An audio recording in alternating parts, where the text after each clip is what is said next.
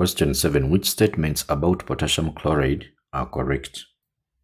Number 1. It conducts electricity when solid because its ions are free to move. Potassium chloride, this is an ionic solid. This one can only conduct electricity when it is in molten or aqueous state. Okay, that is when the ions are free to move. So 1 is wrong. This one is off. So wherever there is 1, we just cross them out. So that means we should look here and here. And then number 2, it has a high melting point because it has strong intermolecular forces. Yes, it is true it has a high melting point, but not because of the intermolecular forces. No, it is because of the electrostatic forces of attraction between the oppositely charged ions, the potassium ions and then the chloride ions. So this one is not a molecule. Okay, it is an ionic solid. For molecules, they are formed after sharing of electrons, and that is for nonmetals, you see.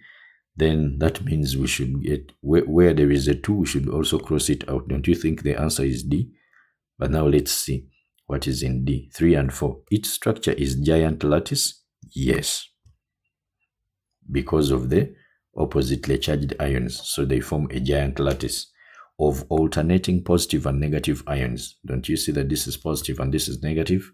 And then it is soluble in water. Ionic solids. This ionic solid here is soluble in water. So our answer becomes a D. Then question number 8. How many electrons are shared in 1 molecule of nitrogen and 1 molecule of ethene? Now, nitrogen happens to be in position 7 of the periodic table. So its electron configuration is 2 to 5. All right. Then we are going to have a molecule of nitrogen. It is like this. So they are going to share the 3 electrons. Remember, this one needs 3 electrons to have a full octet. So they are going to share.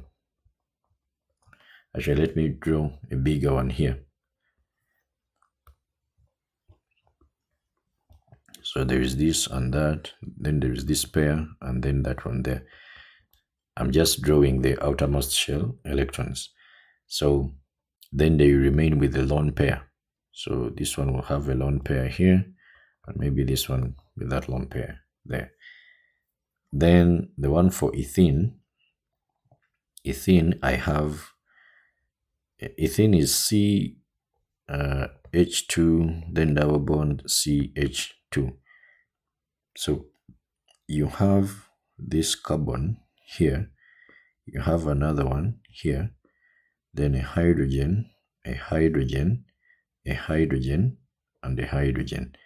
So this is carbon, this is carbon. They share here, it's a double bond, and then here carbon shares with the hydrogen. Let me put a dot for the hydrogen and then a cross for the carbon. So there is a cross here and then a dot, a cross and a dot, a cross and a dot. All of them must have full shells. So these are 4 for carbon, 5, 6, 7, 8. The same with this one, and then hydrogen will also have 2 electrons.